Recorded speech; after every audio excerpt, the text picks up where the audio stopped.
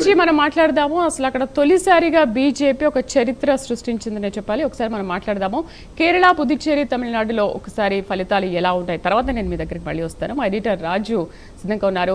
రాజు, ఏంటి కేరళ, పుదుచ్చేరి, తమిళనాడులో ఏంటి? తమిళనాడులో అసలు అనూహ్యమైన విజయం అనుకోవాలా, లేకపోతే ఏంటి అక్కడ యూత్, కేవలం యూత్ మాత్రమే విజయ్కి అండగా ఉన్నారని అనుకోవాలా, లేకపోతే ఆయన ఇచ్చిన హామీలు ఖచ్చితంగా నెరవేరుస్తారు అనుకొని పాత వాళ్లను పక్కన పెట్టి కొత్త వాళ్లను ప్రజలు ఎంచుకున్నారు అనుకోవాలా?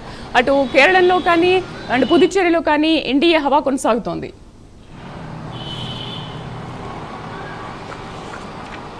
కేరళలో రైట్ శ్రీదేవి, మొత్తానికి మనం చూస్తున్నాం ప్రస్తుతానికి తమిళనాడుకి సంబంధించినటువంటి ఎన్నికలు చూస్తుంటే తమిళనాడులో అనూహ్యంగా విజయ్. సో అనూహ్యం ఏమి కాదు, ఇది వాస్తవంగా అయితే ఎర్లీ ట్రెండ్స్ ప్రకారం విజయ్ ఖచ్చితంగా అక్కడ అధికారంలోకి వస్తారు అని చెప్పేసి కొన్ని సర్వేలు చెప్పినప్పటికీ కూడా దాదాపుగా ఇందాక మీరు చెప్పినట్టు యూత్తో పాటు అంటే దాదాపు తొలిసారి ఓటేసినటువంటి వారిలో దాదాపు 80% పైచులకు టీవీకే విజయ్ వెంట నడిచినటువంటి పరిస్థితి. దీంతోపాటు ఎస్పెషల్లీ మహిళా ఓటు అనేది ఇక్కడ కీలకం తమిళనాడులో ఇప్పుడు కూడా.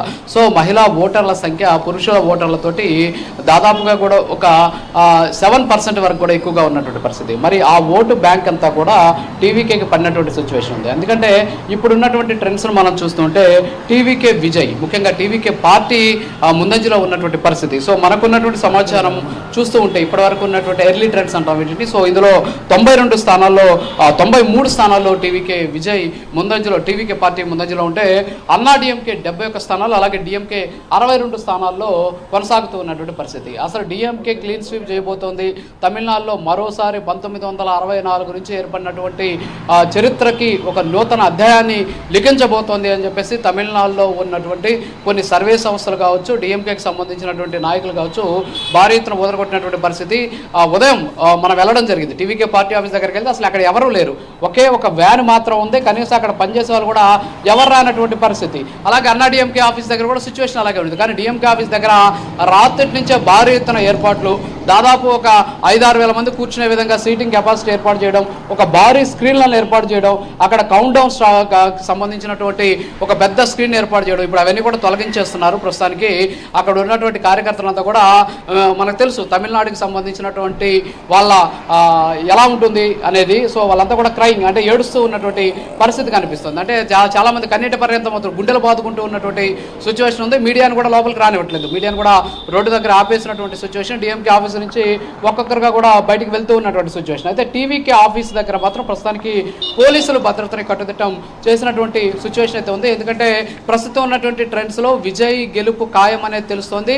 అయితే ఊహించిన విధంగా డిఎంకే ఇక్కడ దెబ్బకొట్టింది. ఎందుకంటే డిఎంకే కనీసం ముందంజలో ఉంటుంది, అట్లీస్ట్ సెకండ్ పొజిషన్ కన్నా వస్తుందేమో అని చెప్పేసి భావించినప్పుడు కూడా ఇప్పుడున్నటువంటి ట్రెండ్స్ ప్రకారం 3వ పొజిషన్లో కొనసాగుతూ ఉన్నటువంటి పరిస్థితి. ముఖ్యంగా తెలుగు ఓటర్లు ఉన్నటువంటి నియోజకవర్గాల్లో అక్కడ టీవీకేకి సంబంధించినటువంటి అభ్యర్థులు ముందంజలో ఉన్నారు.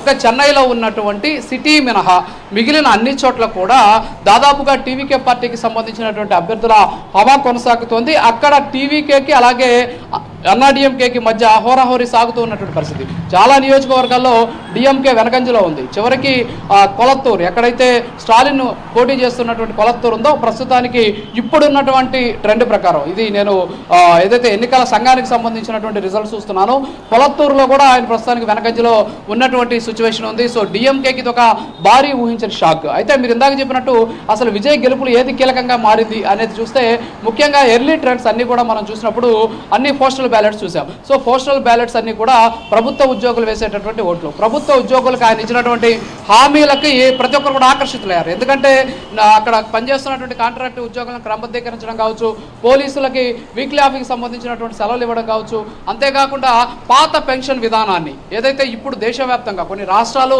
ఈ విధానాన్ని మీదే ఆధారపడి ఉన్నటువంటి పరిస్థితి, కొన్ని చోట్ల ఉన్నటువంటి అనేక ప్రభుత్వ ఉద్యోగ సంఘాలు. సో ఇప్పుడు దాన్ని నేను పునరుద్ధరిస్తాను, ఓపీఎస్ని తీసుకొస్తానని చెప్పేసి ఆయన చెప్పడం. సో వీటన్నిటికీ కూడా ముఖ్యంగా ప్రభుత్వ ఉద్యోగుల నుంచి భారీ మద్దతు లభించింది.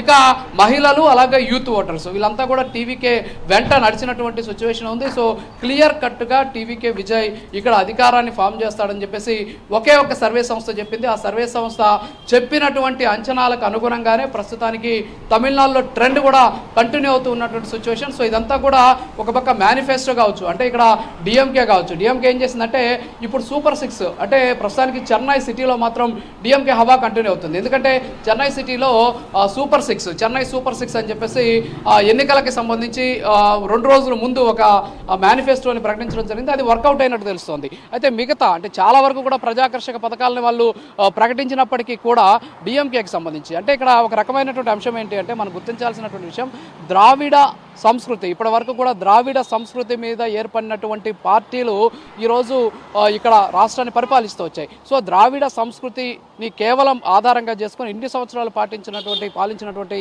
పార్టీలకు ఇప్పుడు చెక్ పడింది. అంటే ఖచ్చితంగా ఓటర్లో మార్పు వస్తుంది. జంజీ ప్రభావం చాలా ఎక్కువగా ఉంది ఈ ఎన్నికల్లో అనేది ఇక్కడ మనకు స్పష్టంగా కూడా తెలుస్తూ ఉన్నటువంటి పరిస్థితి. సో టీవీకే విజయ్ గెలుపు ఖాయంగా కనిపిస్తూ ఉన్నటువంటి సిచ్యువేషన్.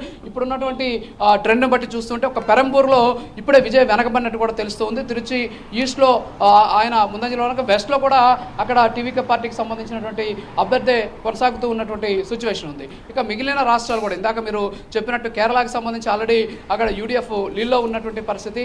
అక్కడ కాంగ్రెస్ పార్టీకి సంబంధించి అంటే కాంగ్రెస్ కూటమి అది. సో ఆ కూటమికి సంబంధించి ముందంజలో ఉన్నటువంటి సిచ్యువేషన్ ఉంది. ఇక అస్సాంలో అయితే క్లియర్ కట్ మెజారిటీ తోటి బీజేపీ ముందుకు దూసుకెళ్తుంది. ఇక్కడ పశ్చిమ బెంగాల్ విషయంలో కూడా బీజేపీ ఆధిక్యంలో కొనసాగుతూ ఉన్నటువంటి పరిస్థితి. అయితే నువ్వా నేనా అన్నట్టు అయితే రాజు కొనసాగుతున్నప్పటికీ కూడా ఇప్పుడు ఇంతకుముందు చూసినటువంటి ట్రెండ్స్ బట్టి అయితే రాజు ఎందుకు యూడిఎఫ్లో అవకాశాలు పెరుగుతున్నాయి అండ్ ఎల్డిఎఫ్ బలహీనతలు ఏంటి? అక్కడ తగ్గడానికి ఇక్కడ పెరగడానికి ప్రధాన కారణం ఏంటి? అయితే ఇక్కడ ఒకటి ఎల్డీఎఫ్కి సంబంధించి 10 సంవత్సరాల పాటు అధికారంలో ఉన్న లెఫ్ట్ పార్టీలు, ఒక రకంగా చెప్పాలి అంటే లెఫ్ట్ పార్టీలు ఈరోజు దేశంలో అంటే ఒక రకంగా చెప్పాలి జాతీయ పార్టీ. సో జాతీయ పార్టీగా ఉన్నటువంటి లెఫ్ట్ పార్టీలో నుంచి ఈరోజు ఒక్క కేరళలో మాత్రమే అధికారంలో ఉన్నటువంటి పరిస్థితి. మమతా బెనర్జీ గతంలో అక్కడ ఉన్నటువంటి వాళ్ళని కూల్చేసి ఆమె అక్కడ తృణమూల్ కాంగ్రెస్ తోటి అధికారంలోకి వచ్చిన సిచ్యువేషన్ చూసాం పశ్చిమ బెంగాల్లో. అయితే ఇప్పుడు అధికారంలో ఉన్నటువంటి ఏకైక రాష్ట్రం ఏదైతే ఉంది అంటే నిన్నటి వరకు అది ఒక కేరళ మాత్రమే. అయితే ఇప్పుడు కేరళలో 10 సంవత్సరాల పాటు పినరయి విజయ్ పాలన చూసినటువంటి అక్కడ ఉన్నటువంటి వాళ్ళంతా కూడా ఖచ్చితంగా ఈ ఓటుకి సంబంధించి ఖచ్చితంగా మార్పులు అయితే కోరుకున్నటువంటి సిచ్యువేషన్ ఉంది. మరి ఈ నేపథ్యంలోనే అక్కడ యూడిఎఫ్కి సంబంధించి ఖచ్చితంగా ఆ ఫ్రంట్కి మాత్రమే వాళ్ళు అవకాశం కల్పించాలి అని చెప్పేసి అక్కడ ఉన్నటువంటి ఓటర్లు కూడా డిసైడ్ అయినటువంటి సిచ్యువేషన్ ఉంది. దీంతో పాటు కేరళలో ఉన్నటువంటి మైనారిటీ ఓట్లను ఆకర్షించడంలో ఖచ్చితంగా ఇక్కడ ఎల్డీఎఫ్ విఫలమైందని చెప్పుకోవచ్చు. ఎందుకంటే కేరళకు సంబంధించినటువంటి ఓటర్లో ఎక్కువగా మైనారిటీస్